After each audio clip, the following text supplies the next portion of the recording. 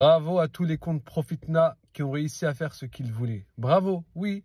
Quand j'ai vu l'Algérie perdre et quand j'ai vu le Maroc perdre, les vidéos que j'ai vues, c'est grave. De voir des gens, carrément, ils ont fêté. Ils ont acheté des gâteaux d'anniversaire et ils ont écrit sur le gâteau Bye bye tel pays.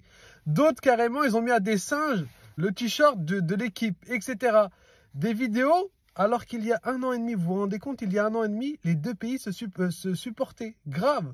T'allais en Algérie pendant la Coupe du Monde où le Maroc a joué, ils étaient tous là avec le drapeau du Maroc, avec le takbir, tous les gens qui étaient questionnés dans la rue, on est pour le Maroc, on est pour le Maroc. Pareil, lorsque l'Algérie a joué à la CAN, tout le Maroc était derrière l'Algérie, dans les cafés, ça soutenait l'Algérie, etc.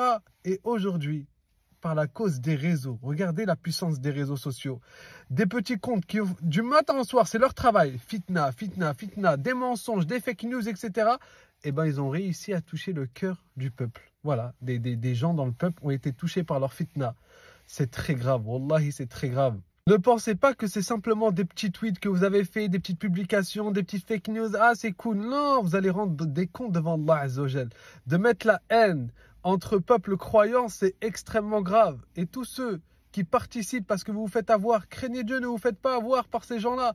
Je sais que c'est dur de tous les jours aller sur un réseau et voir des gens qui insultent vos ascendants, votre héritage, etc. Mais il faut patienter. Il faut patienter, vous êtes des croyants avant toute chose, vous êtes des musulmans. Qu'Allah Azza wa Jal nous réunit sous la bannière de la ilaha illallah. Muhammadun Rasulullah sallallahu alayhi wa sallam, c'est ça qu'on a en commun, c'est notre foi. Le jour du jugement, on va être ressuscité soit parmi les musulmans, soit parmi les hypocrites, soit parmi les croyants. Il n'y aura pas parmi les un tel de tel pays ou quoi. Et ceux qui font la fitna, ils prendront des responsabilités comme ils n'osent même pas imaginer. Tu ne peux même pas imaginer. Allah subhanahu wa ta'ala a dit dans le Coran que la fitna, elle est pire que le fait d'enlever une vie.